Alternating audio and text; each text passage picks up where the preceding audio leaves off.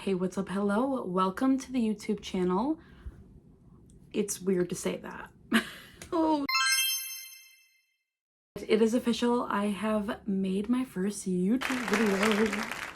It's weird to be here, but I'm so excited to be a part of this world and just generally more excited to talk about books for longer than 10 minutes. Will I? I don't know. But at least I have the option to now, so that's nice. For my first video on the app, since it is the week of Christmas, I wanted to talk about all the books that I read and finished that were Christmas themed this season. I try to get into the Christmas spirit through books. I try. Do I actually do it? Sometimes. Some years I don't, but that's okay. But yeah, let's go through all the books that I read for Christmas. Christmas Presents by Lisa Unger is about a woman named Madeline. She is a local indie bookstore owner. And when she was a teenager, she went through kind of a traumatic life event. And she was the only survivor of a local serial killer. And it's happening again. Women are going missing again around the town that she's from. So this story really is just a whodunit. The mystery continues. And it's good. It's a good thriller. This is one of those books, though, where there's like one plot point that makes it Christmas themed, and the rest is just a normal thriller. So for me, this really isn't like Christmas-esque. Like it's like Christmas subplot. The only point that is a big, Christmas plot line is every year she gets a Christmas present from a mysterious person. So every year since the event. So it's definitely around the time of Christmas. Since it is a thriller, it didn't get me in the spirit of Christmas, but it's still good. I would still recommend, but you could read this any time of the year. I wouldn't say this is like strictly Christmas related. This year, I read How My Neighbor Stole Christmas by Megan Quinn. Now, this book is so popular right now. It really took off in the book industry, and for good reason. I read this. I really liked it. I thought it was a very cute retelling of The Grinch. Cole? Yeah. Think of the Grinch movie. That was this book. I mean, it literally, they call it the Christmas Kringle. Like it's literally a repaste of the Grinch, which I really enjoy. Grinch is one of my favorite Christmas characters, one of my favorite Christmas movies. So I thoroughly enjoyed it. And this, talk about getting you into the spirit of Christmas. This did it.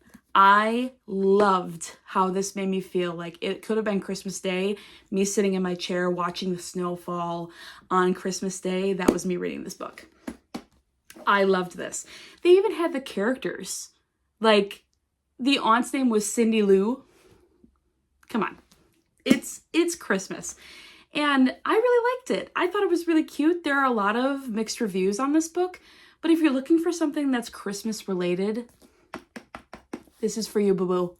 This is for you. I definitely would recommend this for Christmas. Make the Season Bright by Ashley Herring Blake. This book is about two characters, Charlotte and Brighton.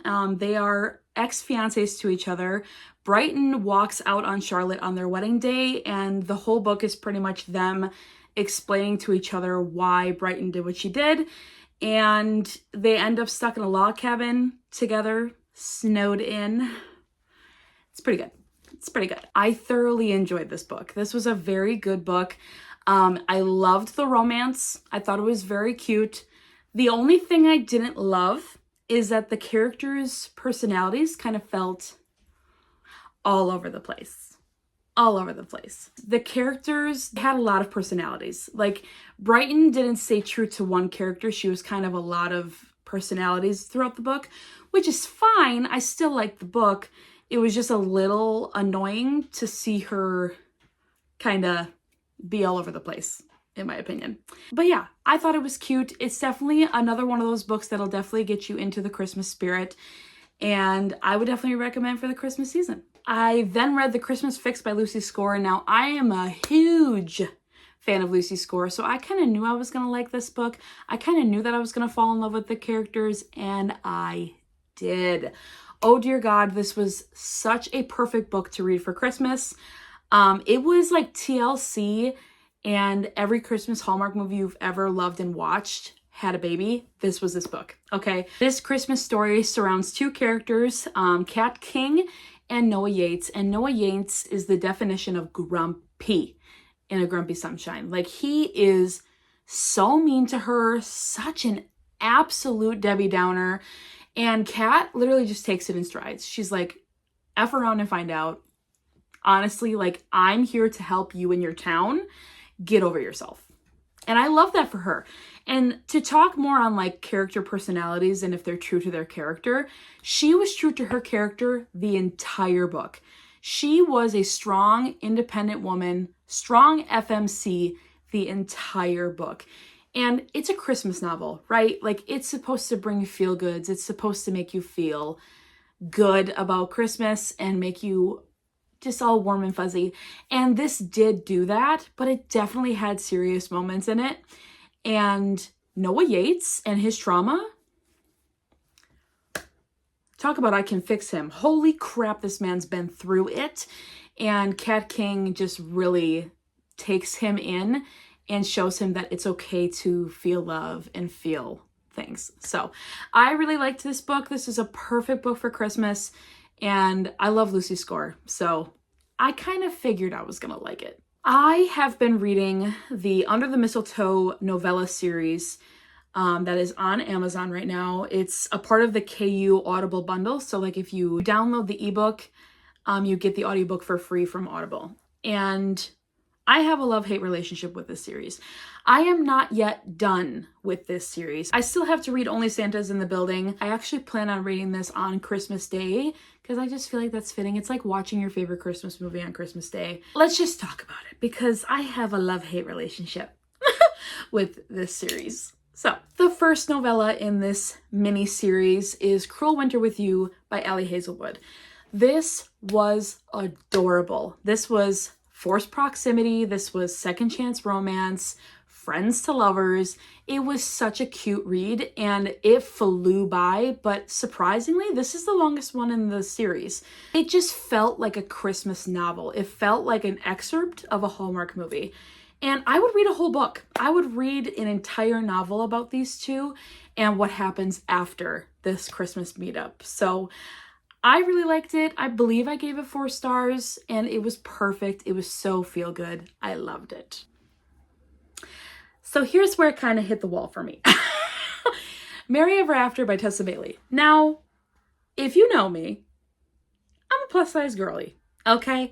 I'm a plus size girly. I'm not ashamed of the fact that I'm a plus size girly.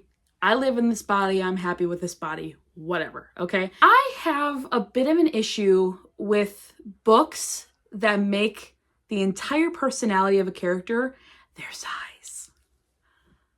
The MMC in this novella is a very large farmer, okay? And when I say large, I don't mean like fat. I mean like he's massive. And when I tell you that was his only personality, that was all his character had to offer, I mean that with my whole heart. And I hated that. I hated that a lot. I gave this novella 2 stars. I thought it, even for like a Hallmark movie feel, this felt very rushed. It felt like there was no, I had no feel to like continue on, like to see what their story was after this novella. It was just a no. It was a no from me. And I don't know. This makes me scared. I've never read Tessa Bailey before. I still want to check her out eventually. I don't think I should have started with her writing with a novella though, because now I have a like kind of a bad taste in my mouth. But I know a lot of people did like this novella. So I said this in one of my TikTok videos. It's not for me, but somebody's getting something out of it. Someone is. I hope someone is. So this was a no. I didn't like this one at all. Then I read All by My Elf by Olivia Dade. This one was better than Merry Ever After by Tessa Bailey. This one felt like I could relate to the characters a little bit more. This was another forced proximity situation. Miscommunication trope was in this one. And it's my least favorite trope, I think. I fear. this one definitely felt rushed as well. But I will say there is a part of me that does wonder what the book would have looked like for these two characters. And I do feel like we could have gone forward. You know, pretty much what happens is these college professors go on a road trip in this hot dog van selling products, and they end up getting stuck in a storm and they have to stay overnight in the hot dog van. And that's it. The rest is pretty much just pretty straightforward. It's a Hallmark movie. What do you think happens at the end, you know? It was okay. Definitely not my favorite out of the series, but it was still good-ish.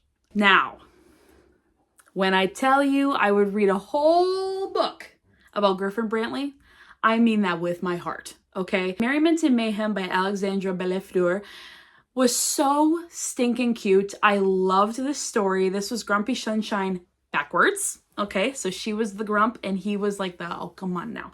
And she is also like prone to danger. So, and he's a firefighter. So he's like, don't worry, boo-boo, I got you. I got you.